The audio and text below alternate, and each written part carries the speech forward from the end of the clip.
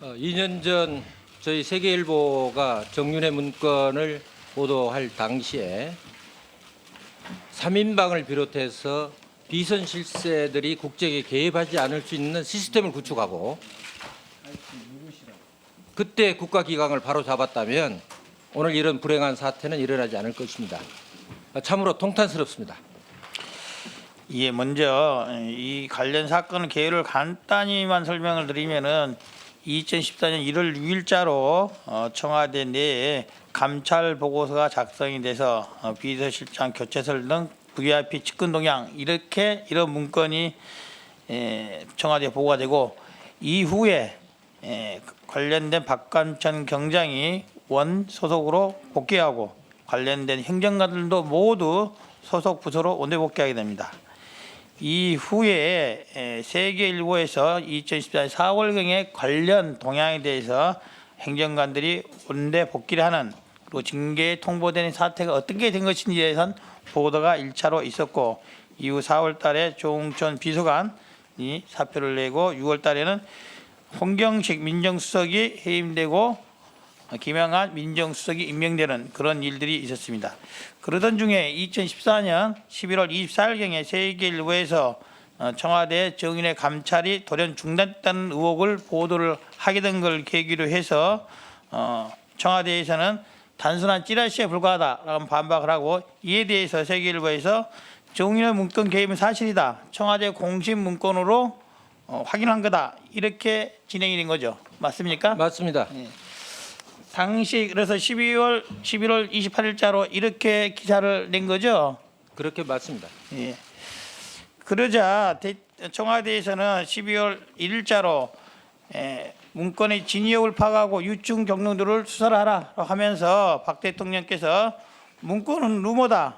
청와대 문건 유출은 국기문란이라고 하는 사실상의 가이드라인을 제시한 거 아니겠습니까? 맞습니까? 맞습니다.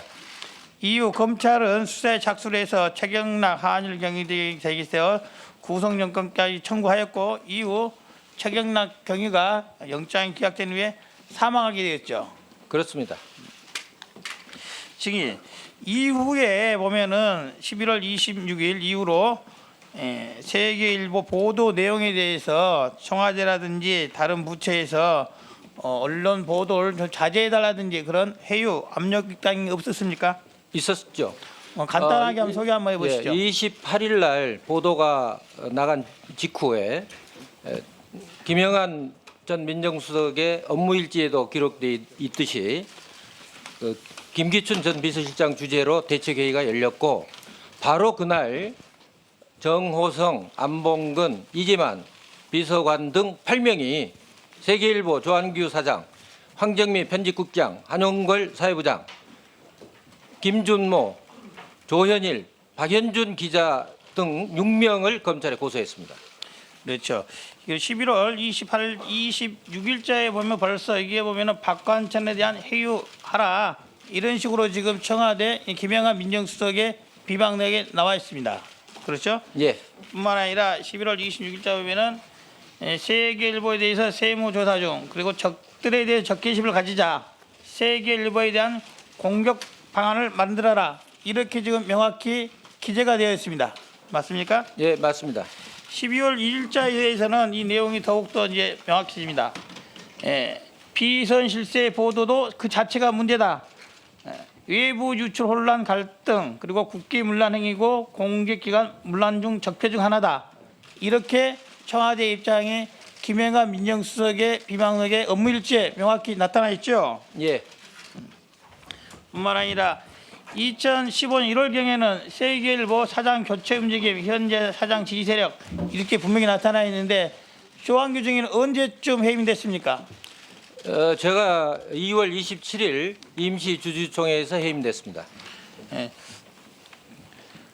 만약에 증인이 청와대 요구를 받아들였다면 해임되지 않았을 거라고 생각하고 있는 거죠?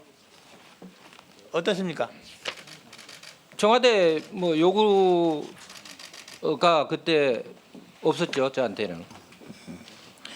증인 처음부터 저를 해임하려고 밀어내려고 했었던 거죠. 증인이 최근에 언론 인터뷰를 통해서 이런 말씀을 하셨던 걸로 나타나 있습니다. 청와대 관련 특급 정보가 8개가 있다. 이 중에는 헌정 질서를 뒤흔들 만한 사안도 있다. 이 부분은 사장, 편집국장, 소수 기자들만이 갖고 있고 정윤의 문건과는 비교가 되지 않을 정도의 파급력을 가지고 있다. 이런 자료가 있다고 최근 언론 인터뷰에서 말씀을 하셨어요. 본 의원이 말씀드리고 싶은 거는 이런 사안을 2년 전에도 발표를 했다면은 그 2년간 이런 비선 실세들에 의한 국정농단이 지속되지 않았을 거라는 확신을 갖고 있습니다. 지금이라도 그 진상을 소상히 밝혀야 되는 게 맞다고 보는데 어떻게 생각하세요? 맞다고 생각합니다. 공개하실 생각 있습니까? 공개하겠습니다.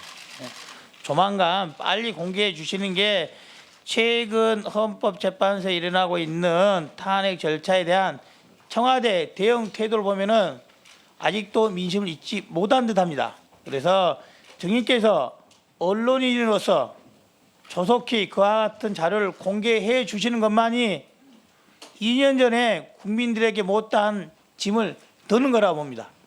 당시 2년 전에도 계속 취재 중이었었는데요.